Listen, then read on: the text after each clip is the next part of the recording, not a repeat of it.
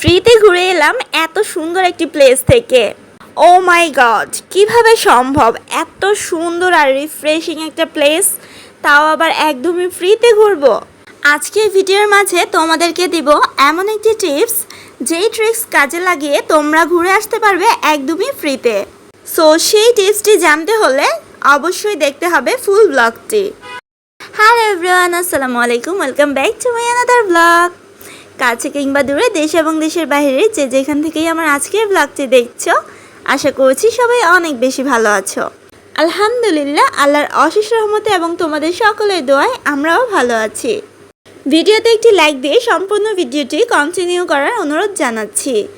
আর আমার আজকের ব্লগটি ভালো লাগলে অবশ্যই কমেন্ট অ্যান্ড শেয়ার করতে ভুলো না যেন। So no more delay, let's start the blog. আজকে আমরা কোথায় এসেছি ফুল ডিটেলসে জানিয়ে দেব ভিডিওতে। সো প্লিজ ভিডিওটা কেউ স্কিপ করবে না, সম্পূর্ণ ভিডিওটি দেখবে, তাহলে তোমরা এই রিভার ক্রুজের সকল তথ্য জানতে পারবে। হাওড়ের যে হাউস বোটগুলো, ওগুলো দেখলেই কিন্তু আমার ইচ্ছে হতো আমি ছুটে চলে যাই। আর আমার কাছে খুবই ভালো লাগতো সেই ভিডিওগুলো দেখে, হাউস বোটগুলোতে যেতে ইচ্ছে করতো। দূরত্ব আর সময় স্বল্পতার কারণে সেখানে যাওয়া হচ্ছিলই না। তারপর হঠাৎই শুনলাম যে আমাদের ভৈরবেই চলে এসেছে এই হাউস বোটটা। তো এটার জন্য আমি একদমই আর ওয়েট করতে পারছিলাম না যে আমি কবে যাব এমন করছিলাম। যেহেতু আমি নারায়ণগঞ্জে ছিলাম, তাই আমি এই কয়েকদিন যেতে পারিনি, যদিও খুব বেশি দিন হয়নি এটা ওপেনিং হয়েছে। তারপরেও আমার যেমন একদমই মন মানছিল না যে আমি কবে ভৈরবে যাব আর এটা ঘুরে দেখব। ভিডিও দেখে আমি যেমন ভেবেছিলাম তার চেয়েও এটা বহুগুণে সুন্দর ছিল। সামনাসামনি নদীর মাঝখানে যাওয়ার পর ভিউটা জাস্ট অস্থির লেভেলের ছিল, অসাম একটা ভিউ ছিল। কি আর বলবো, এটা ভাষায় প্রকাশ করার মতো না। কারণ আমিও যখন ভিডিওতে দেখেছি তখনও আমার কাছে এত বেশি ভালো লাগেনি যখন আমি সামনাসামনি এটা ফিল করেছি।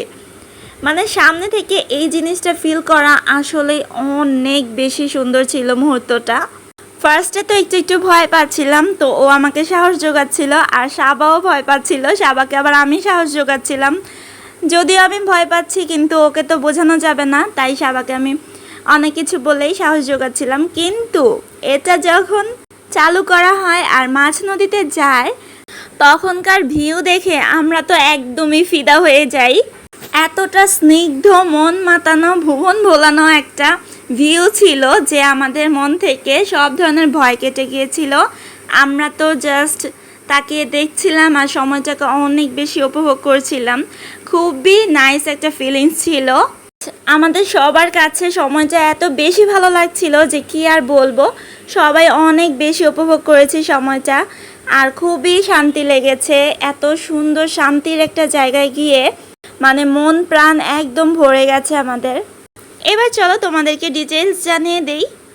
আমরা চলে গিয়েছিলাম মেঘনা রিভার ক্রুজে। ভৈরবে মেঘনা ব্রিজের নিচে গেলেই তোমাদের সর্বপ্রথম নজর কাড়বে এই মেঘনা রিভার ক্রুজ।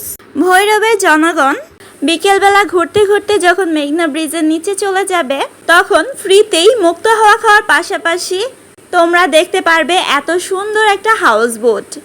হাউস বোটের সৌন্দর্য খুঁজতে তোমাদেরকে আর চড়তে হবে না দূর দূরান্তের বিভিন্ন হাওরে। এভাবে তোমরা একদম ফ্রিতেই টাঙ্গরা হাওরের ফিল নিতে পারো এই হাউস বোটটি দেখে। আর যদি মেঘনা রিভার ক্রুজে করে তোমরা পুরো নদীটি ঘুরে দেখতে চাও, তখন তোমাদেরকে গুনতে হবে জনপ্রতি 50 টাকা করে। আমরা 3 জন গিয়েছিলাম, তাই আমাদের কাছ থেকে 150 টাকা নিয়েছিল। ঘুরে শেষ করে চলে গিয়েছিলাম খানা পিনা করতে ভৈরবের ফেমাস ফারুক কফি হাউসে। সেখানে গিয়ে ঠান্ডা ঠান্ডা কোল্ড কফি আর ফুচকা খেয়ে বাসায় চলে এলাম।